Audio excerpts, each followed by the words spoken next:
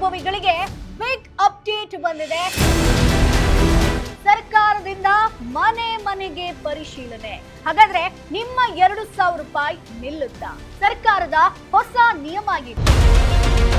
Especially Airtel sim ಇದ್ರೆ ಗೃಹಲಕ್ಷ್ಮಿ ಯೋಜನೆಯ 2,000 ರೂಪಾಯಿ ಗಾನ. ಈ ಸುದ್ದಿ ನಿಜಾನ? ಹೊಸ ಮೊಬೈಲ್ ಆಪ್ ಮೂಲಕ ಸಂಪೂರ್ಣ ಪರಿಶೀಲನೆ ಶುರುವಾಗುತ್ತೆ. ಹಾಗಾದ್ರೆ ಆ ಹೊಸ ಆಪ್ ಯಾವುದು, ಯಾವ ರೀತಿ ಇನ್ಸ್ಟಾಲ್ ಮಾಡ್ಕೊಳ್ಳೋದು, ಹೊಸ ಅರ್ಜಿ ಸಲ್ಲಿಕೆ ಹೇಗೆ, ಯಾರಿಗೆಲ್ಲ ಅವಕಾಶ ಇದೆ, ಇವೆಲ್ಲದರ ಬಗ್ಗೆ ಕಂಪ್ಲೀಟ್ ಅಪ್ಡೇಟ್ ಮಾಹಿತಿಯನ್ನ ಈ ವಿಡಿಯೋದಲ್ಲಿ ತಿಳಿಸ್ಕೊಡ್ತೀನಿ. ಹಾಯ್ ಹೆಲೋ ನಮಸ್ಕಾರ, welcome to boss Bala YouTube channel. ನಾನು ಚೈತ್ರ.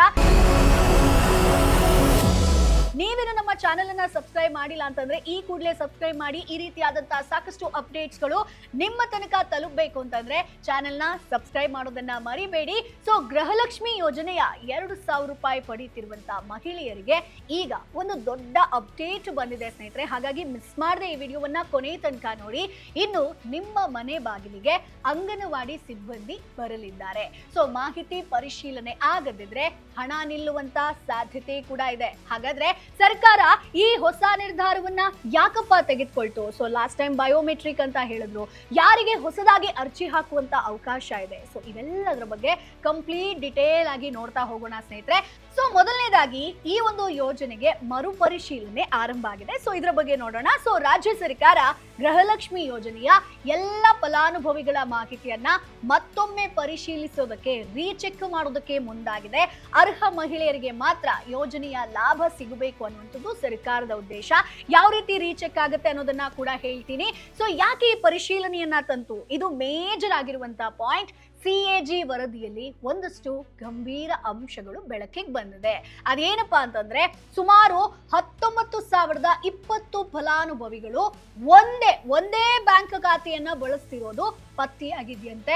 ಕೆಲವರ ಬ್ಯಾಂಕ್ ವಿವರಗಳೇ ಇಲ್ಲದಿದ್ರೂ ಕೂಡ ಹಣ ಜಮೆ ಆಗ್ತಾ ಇದೆಯಂತೆ. ಒಂದೇ ವ್ಯಕ್ತಿ ಹಲವು ಖಾತೆಗಳನ್ನ ನೋಂದಾಯಿಸಿರುವಂತಹ ಪ್ರಕರಣಗಳು ಕೂಡ ಗೊತ್ತಾಗ್ತಾ ಇದೆ. ಸೊ ಒಂದೇ ಖಾತೆಗೆ ಹಲವು ಫಲಾನುಭವಿಗಳ ಹಣ ಸೇರಿರೋ ಬಗ್ಗೆ ವರದಿಯಲ್ಲಿ ಉಲ್ಲೇಖ ಆಗಿದೆ. ಅಂದ್ರೆ ಖಾತೆ ಒಂದೇ, ಒಂದಷ್ಟು ಗೃಹಲಕ್ಷ್ಮಿ ಅನ್ನುವಂತ ಹೆಸರಲ್ಲಿ ಆ ಒಂದು ಖಾತೆಗೆ ದುಡ್ಡು ಬರ್ತಾ ಇದೆ ಅನ್ನುವಂಥದ್ದು. ಸೊ ಸರ್ಕಾರ ಏನ್ ಹೇಳಿದೆ ಇದರ ಬಗ್ಗೆ ಒಂದು ಸ್ಪಷ್ಟನೆಯನ್ನ ಕೊಟ್ಟಿದೆ. ಒಂದೇ ಬ್ಯಾಂಕ್ ಖಾತೆ ಬಳಸಿದ್ದಾರೆ ಅಂದ್ರೆ ಎಲ್ಲರೂ ಕೂಡ ವಂಚಕರು ಅಂತ ಅರ್ಥ ಅಲ್ಲ. ಕೆಲ ಮಹಿಳೆಯರು ಬ್ಯಾಂಕ್ ಸಾಲದ ಕಡಿತದಿಂದ ತಪ್ಪಿಸಿಕೊಳ್ಳೋದಕ್ಕೆ ಅಥವಾ ಕುಟುಂಬದ ಸಮಸ್ಯೆಯಿಂದ ಖಾತೆಯನ್ನ ಬದಲಾಯಿಸಿರಬಹುದು. ಸೊ ಅಂತ ನೈಜ ಫಲಾನುಭವಿಗಳಿಗೆ ಯಾವುದೇ ತೊಂದರೆ ಆಗಬಾರದು ಅನ್ನುವಂಥದ್ದು ಸರ್ಕಾರ ಒಂದು ಸೂಚನೆಯನ್ನ ಕೊಟ್ಟಿದೆ ಸ್ನೇಹಿತರೆ. ಹಾಗಾದ್ರೆ ಈಗ ಮನೆ ಬಾಗಿಲಿಗೆ ಅಂಗನವಾಡಿ ಸಿಬ್ಬಂದಿ ಬರ್ತಾರಾ? ಯಾವಾಗ ಬರ್ತಾರೆ? ಇನ್ನು ಕೆಲವೇ ದಿನಗಳಲ್ಲಿ ಹೊಸ ಮೊಬೈಲ್ ಆಪ್ ಬಿಡುಗಡೆ ಆಗಲಿದೆಯಂತೆ. ಅದರ ಮೂಲಕ ಅಂಗನವಾಡಿ ಸಿಬ್ಬಂದಿಯೇ ನಿಮ್ಮ ಮನೆಗೆ ಬರ್ತಾರೆ. ಸೊ ನೀವು ಆಪ್ ನ ಇನ್ಸ್ಟಾಲ್ ಮಾಡ್ಕೊಳ್ಬೇಕಾ? ಇಲ್ಲ, ಮೊಬೈಲ್ ಆಪ್ ಮೂಲಕ ಮಾಹಿತಿಯನ್ನ ಅವರೇ ಪರಿಶೀಲಿಸ್ತಾರೆ. ಹೊಸ ಅರ್ಜಿ ಸಲ್ಲಿಸೋದಕ್ಕೂ ಕೂಡ ಇಲ್ಲಿ ನಿಮ್ಗೆ ಸಹಾಯ ಮಾಡ್ತಾರೆ. ಎಲ್ಲ ಮಾಹಿತಿಯ ಅಪ್ಡೇಟ್ ಅನ್ನ ಅವರೇ ಮಾಡ್ಕೊಳ್ತಾರೆ. ಅಂದ್ರೆ ಅವರೇ ಮೊಬೈಲ್ ನಲ್ಲಿ ಆಪ್ ಅನ್ನ ಇನ್ಸ್ಟಾಲ್ ಮಾಡ್ಕೊಂಡು ನಿಮ್ಮ ಒಂದು ಇನ್ಫಾರ್ಮೇಶನ್ ಅನ್ನ ತಗೊಳ್ತಾರೆ. ಸೊ ಹಾಗಾದ್ರೆ ಅವ್ರು ಬಂದಾಗ ಯಾವ ದಾಖಲೆಗಳು ಬೇಕು, ಪರಿಶೀಲನೆ ವೇಳೆ ಏನೇನ್ ದಾಖಲೆಗಳನ್ನ ನಾವು ಕೊಡಬೇಕಾಗತ್ತೆ?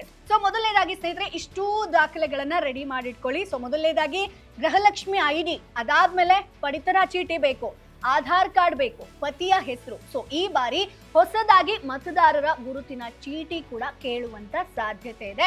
ಯಾಕಂದ್ರೆ ಮತದಾರರ ಪಟ್ಟಿಯನ್ನ ಪ್ರತಿ ವರ್ಷ ಅಪ್ಡೇಟ್ ಮಾಡಲಾಗುತ್ತೆ. ಸೊ ಈ ಒಂದು ವಿಚಾರವನ್ನ ತಿಳ್ಕೊಳ್ಳೋದಕ್ಕೋಸ್ಕರ ವೋಟರ್ ಐಡಿಯನ್ನ ಕೂಡ ಕೇಳ್ತಾರೆ. ಹಾಗಾದ್ರೆ ಯಾರೆಲ್ಲ ಅರ್ಜಿ ಸಲ್ಲಿಸಬಹುದು ಅನ್ನೋದನ್ನ ಹೇಳ್ತಾ ಹೋಗ್ತೀನಿ ನೋಡಿ. ಈಗಾಗಲೇ ಗೃಹಲಕ್ಷ್ಮಿ ಹಣವನ್ನ ಪಡೀತಿರೋರು ಆರಾಮಾಗಿ ಅರ್ಜಿ ಸಲ್ಲಿಸಬಹುದು. ಮಾಹಿತಿ ಅಪ್ಡೇಟ್ ಮಾಡಬೇಕು ಅನ್ನೋರು ಕೂಡ ಅರ್ಜಿಯನ್ನ ಸಲ್ಲಿಸಬಹುದು. ಹೊಸದಾಗಿ ಅರ್ಜಿ ಸಲ್ಲಿಸುವಂತ ಅರ್ಹ ಮಹಿಳೆಯರಿಗೂ ಕೂಡ ಅವಕಾಶ ಇದೆ. BPL ಹಾಗೆ APL ಕಾರ್ಡ್ ಹೊಂದಿರೋರು ಕೂಡ ಅರ್ಜಿಯನ್ನ ಸಲ್ಲಿಸಬಹುದು. ಆದ್ರೆ IT ಪಾವತಿದಾರರು, GST ಪಾವತಿದಾರರು ಈ ಒಂದು ಯೋಜನೆಗೆ ಅರ್ಹರಾಗಿರೋದಿಲ್ಲ ಸ್ನೇಹಿತರೆ. ಇದನ್ನ ಗಮನದಲ್ಲಿ ಇಟ್ಕೊಳ್ಳಿ. ಹಾಗಾದ್ರೆ ಹೊಸ ಅರ್ಜಿ ಎಲ್ಲಿ ಹಾಕಬೇಕು? ಸೊ ಹೊಸ ಅರ್ಜಿಯನ್ನ ಅಂಗನವಾಡಿ ಸಿಬ್ಬಂದಿ ಮೂಲಕ ಸಲ್ಲಿಸಬಹುದು. ಕರ್ನಾಟಕವನ್ನಾಗಿರ್ಬೋದು, ಬೆಂಗಳೂರವನ್ನಾಗಿರ್ಬೋದು, ಗ್ರಾಮವನ್ನಾಗಿರ್ಬೋದು, ಸೇವಾ ಕೇಂದ್ರಗಳಲ್ಲಿ ಸಲ್ಲಿಸಬಹುದು. ಅಂದ್ರೆ ಹೊಸದಾಗಿ ಗೃಹಲಕ್ಷ್ಮಿ ಯೋಜನೆಗೆ ಅರ್ಜಿ ಸಲ್ಲಿಸ್ತೀರಾ ಅಂತಂದ್ರೆ ಅಥವಾ ಚೇಂಜಸ್ ಮಾಡಬೇಕು ಅಂತಂದ್ರೆ ಅರ್ಜಿ ವೇಳೆ ಬಯೋಮೆಟ್ರಿಕ್, ಫೇಸ್ ರೆಕಗ್ನೈಸೇಷನ್, ಕರ್ನಾಟಕದ ಬ್ಯಾಂಕ್ ಖಾತೆ ವಿವರ ಕಡ್ಡಾಯ ಆಗಿರುತ್ತೆ ಸ್ನೇಹಿತರೆ. ಅಂದ್ರೆ ಫೇಸ್ ಅಥೆಂಟಿಕೇಶನ್ ಅನ್ನ ಮಾಡ್ಕೊಳ್ತಾರೆ. ಸೊ ಗ್ಯಾರಂಟಿ ಯೋಜನೆಗಳ ಸಭೆಯಲ್ಲಿ ಒಂದಷ್ಟು ಪ್ರಮುಖ ವಿಚಾರಗಳು ಚರ್ಚೆಯಾಗಿದೆ. ಯಾಕಂತಂದ್ರೆ ಇತ್ತೀಚಿನ ದಿನಗಳಲ್ಲಿ ಗ್ಯಾರಂಟಿ ಯೋಜನೆ ಆಗಿರ್ಬೋದು ಅಥವಾ ಯಾವ್ದು ಶಕ್ತಿ ಕಾರ್ಡ್ ಆಗಿರ್ಬೋದು, ಗೃಹ ಜ್ಯೋತಿ ಆಗಿರ್ಬೋದು, ಗೃಹಲಕ್ಷ್ಮಿ ಯಾಕೆ ಇಷ್ಟು ಪರಿಷ್ಕರಣೆ ಮಾಡ್ತಾ ಇದ್ರೆ, ಸಡನ್ ಆಗಿ ಯಾಕೆ ಸರ್ಕಾರ ಇಷ್ಟು ಸೀರಿಯಸ್ ಆಗಿದೆ ಅನ್ನೋದಕ್ಕೆ ಒಂದಷ್ಟು ವಿಚಾರಗಳು ಗಂಭೀರವಾಗಿ ಚರ್ಚೆ ಆಗಿದೆ ಸ್ನೇಹಿತರೆ. ಇದನ್ನ ಗಮನದಲ್ಲಿಟ್ಕೊಳ್ಳಿ. ನಾನು ಹಾಗೆ ಹೇಳಿದೆ, ಏರ್ಟೆಲ್ ಯೂಸರ್ಗೂ ಕೂಡ ಒಂದು ಶಾಕ್ ಇದೆ ಅಂತ. ಸೊ ಇಲ್ಲಿ ಏರ್ಟೆಲ್ ಬ್ಯಾಂಕ್ UPI ದುರುಪಯೋಗ ಆಗ್ತಿದೆ ಅನ್ನುವಂಥದ್ದು. ಕೆಲವರು ಏರ್ಟೆಲ್ ಬ್ಯಾಂಕ್ UPI ಖಾತೆಗಳನ್ನ ತೆರೆದು ಗೃಹಲಕ್ಷ್ಮಿ ಹಣವನ್ನ ದುರುಪಯೋಗ ಮಾಡ್ತಿರುವಂತ ಪ್ರಕರಣಗಳು ಬೆಳಕಿಗೆ ಬಂದಿದೆ. ಇದರ ಬಗ್ಗೆ ಚರ್ಚೆ ಆಗಿದೆ.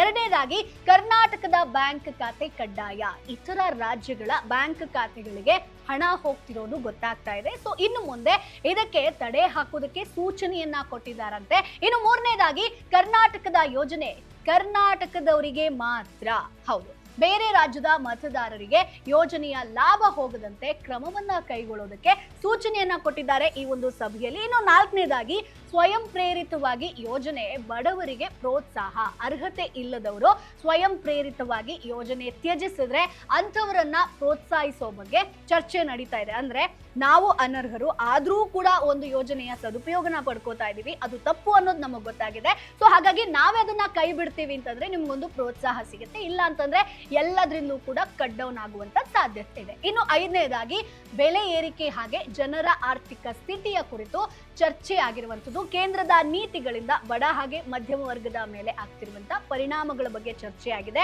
ಇನ್ನು ಆರನೇದಾಗಿ ಗೃಹಲಕ್ಷ್ಮಿಯ 2 ಪ್ರಮುಖ ತಾಂತ್ರಿಕ ಸಮಸ್ಯೆಗಳ ಬಗ್ಗೆ ಚರ್ಚೆಯಾಗಿದೆ. ಸೊ ಯೋಜನೆ ಅನುಷ್ಠಾನದಲ್ಲಿ ಎದುರಾಗ್ತಿರುವಂತ ಟೆಕ್ನಿಕಲ್ ಸಮಸ್ಯೆ ಬಗ್ಗೆ ಅಧಿಕಾರಿಗಳು ಮಾತನಾಡಿದರಂತೆ. ಅಂದ್ರೆ KYC ಆಗಿರ್ಬೋದು, ನಿಷ್ಕ್ರಿಯ ಬ್ಯಾಂಕ್ ಖಾತೆಗಳು, ಮರಣ ಹೊಂದಿದ ಫಲಾನುಭವಿಗಳು KYC ಆಗದವರಾಗಿರ್ಬೋದು ಅಥವಾ NPCI ನಿಷ್ಕ್ರಿಯ ಖಾತೆಗಳ ಕುರಿತು ಚರ್ಚೆಯಾಗಿದೆ. ಇನ್ನು 8ನೇದಾಗಿ ಒಂದೇ ಖಾತೆಯಲ್ಲಿ ಹಲವು ಫಲಾನುಭವಿಗಳಿಗೆ ದುಡ್ಡು ಹೋಗ್ತಾ ಇದೆ. ಅಂದ್ರೆ ಸುಮಾರು 60 ಕೋಟಿ ರೂಪಾಯಿ ಹಣ ಜಮೆ ಆಗಿದೆಯಂತೆ. ಇದನ್ನ AG ವರದಿ ಮಾಡಿದ್ಯಲ್ಲ, ಸೊ ಅದರ ಒಂದು ಹಿನ್ನೆಲೆಯಲ್ಲಿ ಹಣವನ್ನ ರಿಟರ್ನ್ ಪಡ್ಕೊಳ್ಳುವಂತ ಕ್ರಮವನ್ನ ಕೈಗೊಳ್ಳೋದಕ್ಕೆ ಈ ಒಂದು ಸಭೆಯಲ್ಲಿ ಸೂಚನೆ ಕೊಟ್ಟಿದ್ದಾರೆ. ಅಷ್ಟೇ ಅಲ್ಲ, ಒಂದೇ ವ್ಯಕ್ತಿ ಹಲವು ಖಾತೆ, ಹೌದು, ಒಬ್ಬರೇ ಹಲವು ಖಾತೆಗಳನ್ನ ನೋಂದಾಯಿಸಿರುವಂತ ಪ್ರಕರಣಗಳು ಕೂಡ ಬೆಳಕಿಗೆ ಬಂದಿದೆ. ಸೊ ಇದನ್ನ ಸ್ಟಾಪ್ ಮಾಡೋದಕ್ಕೆ ಅಧಿಕಾರಿಗಳಿಗೆ ಸೂಚನೆಯನ್ನ ಕೊಟ್ಟಿದ್ದಾರೆ. ಈಗ ಮೇಜರ್ ಆಗಿ ಏರ್ಟೆಲ್ ಸಿಮ್ ಬಳಕೆದಾರರಿಗೆ ಒಂದು ಶಾಕಿಂಗ್ ಮಾಹಿತಿ ಇದೆ. ಸೊ ಸಭೆಯಲ್ಲಿ ಅಧಿಕಾರಿಗಳು ಮತ್ತೊಂದು ಗಂಭೀರವಾದಂತ ವಿಚಾರದ ಬಗ್ಗೆ ಮಾತನಾಡಿದ್ದಾರೆ. ಸೊ ಯಾಕಂತಂದ್ರೆ ಈಗ ಸೋಷಿಯಲ್ ಮೀಡಿಯಾದಲ್ಲಿ ವೈರಲ್ ಆಗ್ತಾ ಇತ್ತು, ಇನ್ ಕೇಸ್ ನಿಮ್ದು ಏರ್ಟೆಲ್ ಸಿಮ್ ಇತ್ತು ಅಂತಂದ್ರೆ 2,000 ರೂಪಾಯಿ ನಿಮಗೆ ಬರಲ್ಲ, ಅದು ಹೋಗ್ಬಿಡುತ್ತೆ ಅಂತ. ಸೊ ಇಲ್ಲಿ ಏನಪ್ಪಾ ಅಂತಂದ್ರೆ ಏರ್ಟೆಲ್ ಬ್ಯಾಂಕ್ UPI ಮೂಲಕ ಗೃಹಲಕ್ಷ್ಮಿಯ 2,000 ರೂಪಾಯಿ ದುರುಪಯೋಗ ಆಗ್ತಿದೆ ಅನ್ನೋದು ಗೊತ್ತಾಗ್ತಾ ಇದೆ. ಸೊ ಇದರ ಒಂದು ಹಿನ್ನೆಲೆಯಲ್ಲಿ ಕರ್ನಾಟಕದ ಬ್ಯಾಂಕ್ ಖಾತೆಗಳಿಗೆ ಮಾತ್ರ ಹಣ ಹೋಗಬೇಕು, ಬೇರೆ ರಾಜ್ಯದ ಖಾತೆಗಳಿಗೆ ಹಣ ಹೋಗಬಾರ್ದು, ಇದನ್ನ ಸ್ಟಾಪ್ ಮಾಡಬೇಕು. ಸೊ ನೈಜ ಫಲಾನುಭವಿಗಳಿಗೆ ಮಾತ್ರ ಈ ಒಂದು ಯೋಜನೆಯ ಬೆನಿಫಿಟ್ ಸಿಗಬೇಕು ಅನ್ನುವಂಥದ್ದು ಅಧಿಕಾರಿಗಳ ಒಂದು ಸೂಚನೆ, ಅವ್ರು ಕೊಟ್ಟಿರುವಂತ ಮಾಹಿತಿ ಸ್ನೇಹಿತರೆ. ಹಾಗಾದ್ರೆ ಇದಕ್ಕೆ ಮುಖ್ಯಮಂತ್ರಿಗಳು ಏನ್ ಹೇಳಿದ್ರು, ಅವ್ರು ಏನ್ ಸ್ಪಷ್ಟನೆ ಕೊಟ್ಟಿದ್ದಾರೆ ಅಂತಂದ್ರೆ ಸಿಂಪಲ್, ಒಬ್ರು ಕೂಡ ಅರ್ಹ ಫಲಾನುಭವಿಗೆ ಯಾವುದೇ ತೊಂದರೆ ಆಗಬಾರ್ದು, ಆದ್ರೆ ಯೋಜನೆಯನ್ನ ದುರುಪಯೋಗ ಮಾಡ್ತಿರೋರ ವಿರುದ್ಧ ಮಾತ್ರ ಕಠಿಣ ಕ್ರಮ ಕೈಗೊಳ್ಳಬೇಕು ಅನ್ನುವಂಥದ್ದನ್ನ ಖುದ್ದು DK ಶಿವಕುಮಾರ್ ಅವರು ಹೇಳಿದ್ದಾರೆ. ಸಾಲದ ಖಾತೆಯಿಂದ ಹಣ ಕಡಿತ ಆಗೋ ಕಾರಣಕ್ಕೆ ಖಾತೆ ಬದಲಾಯಿಸಿಕೊಂಡಿರೋ ಮಹಿಳೆಯರಿಗೆ ಯಾವುದೇ ತೊಂದರೆ ಆಗದಂತೆ ಅಧಿಕಾರಿಗಳು ಕ್ರಮ ವಹಿಸಬೇಕು. ಸೊ ಕಟ್ಟುನಿಟ್ಟಿನ ಕ್ರಮ ವಹಿಸಿ, ಆದ್ರೆ ಮಹಿಳೆಯರಿಗೆ ಏನು ಸಮಸ್ಯೆ ಆಗಬಾರ್ದು ಅನ್ನುವಂಥದ್ದು ಈಗ CM ಹೇಳಿರುವಂಥದ್ದು. ಒಟ್ನಲ್ಲಿ ಗೃಹಲಕ್ಷ್ಮಿ ಯೋಜನೆ ನೈಜ ಅರ್ಹ ಮಹಿಳೆಯರಿಗೆ ಮಾತ್ರ ತಲುಪಬೇಕು, ಯೋಜನೆಯ ದುರುಪಯೋಗ ಸಂಪೂರ್ಣವಾಗಿ ನಿಲ್ಲಬೇಕು ಅನ್ನುವಂಥದ್ದು ಸರ್ಕಾರದ ನಿಲುವು.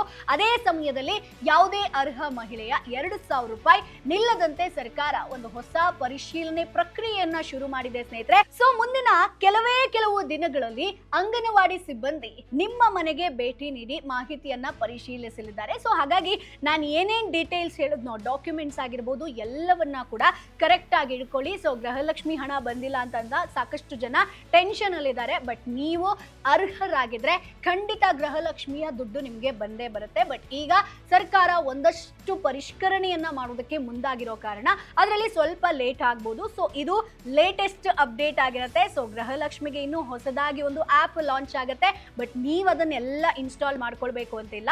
ಸೊ ಅಂಗನವಾಡಿ ಕಾರ್ಯಕರ್ತೆಯರು ಅದನ್ನ ಇನ್ಸ್ಟಾಲ್ ಮಾಡ್ಕೊಂಡು ಮನೆಗೆ ಬಂದು ಕಂಪ್ಲೀಟ್ ಡೀಟೇಲ್ಸ್ ಅನ್ನ ತಗೋತಾರೆ ಸ್ನೇಹಿತರೆ. ಸೊ ಈ ಒಂದು ಮಾಹಿತಿ ನಿಮಗೆ ಇಷ್ಟ ಆಗಿರುತ್ತೆ ಅಂತ ಅನ್ಕೊಳ್ತೀನಿ. ಸೊ ಮುಂದಿನ ವಿಡಿಯೋದಲ್ಲಿ ಮತ್ತಷ್ಟು ಮಾಹಿತಿ ಜೊತೆ ನಾನು ನಿಮ್ಮ ಮುಂದೆ ಹಾಜರಿರ್ತೀನಿ. ಸೊ ಅಲ್ಲಿ ಅಲ್ಲಿವರೆಗೆ ನಿಮ್ಗೆ ಏನಾದರೂ ಡೌಟ್ ಇತ್ತು ಅಂತಂದ್ರೆ ಕಮೆಂಟ್ ಬಾಕ್ಸಲ್ಲಿ ನೀವು ನೇರವಾಗಿ ಕೇಳ್ಬೋದು. ಗೃಹಲಕ್ಷ್ಮಿ ದುಡ್ಡು ಬಂತು ಅಂತಂದ್ರೆ ಅದನ್ನ ಮೆನ್ಷನ್ ಮಾಡಿ ನೀವು ಎಲ್ಲಿಯವರು ಅಂತ ಹೇಳ್ಕೊಂಡು, ಬಂದಿಲ್ಲ ಅಂತಂದ್ರೆ ನೀವು ಯಾವ ಊರಿನವರು, ಯಾವ ತಿಂಗಳು ಹಣ ಬಂದಿಲ್ಲ ಅನ್ನುವಂಥದ್ದನ್ನ ಕಮೆಂಟ್ ಬಾಕ್ಸಲ್ಲಿ ತಪ್ಪದೇ ತಿಳಿಸಿ. ಸೊ ಮುಂದಿನ ವಿಡಿಯೋದಲ್ಲಿ ಮತ್ತೆ ನಿಮ್ಮನ್ನ ಭೇಟಿ ಆಗ್ತೀನಿ. ಅಲ್ಲಿವರೆಗೂ ಬೈ ಬಾಯ್. ಬ್ರ್ಯಾಂಡ್ ಪಾರ್ಟ್ನರ್ಶಿಪ್ ಮತ್ತು ಜಾಹೀರಾತಿಗಾಗಿ ಸಂಪರ್ಕಿಸಿ brand@bosswala.com. WhatsApp number 9108014192. Bosswala. Be the boss.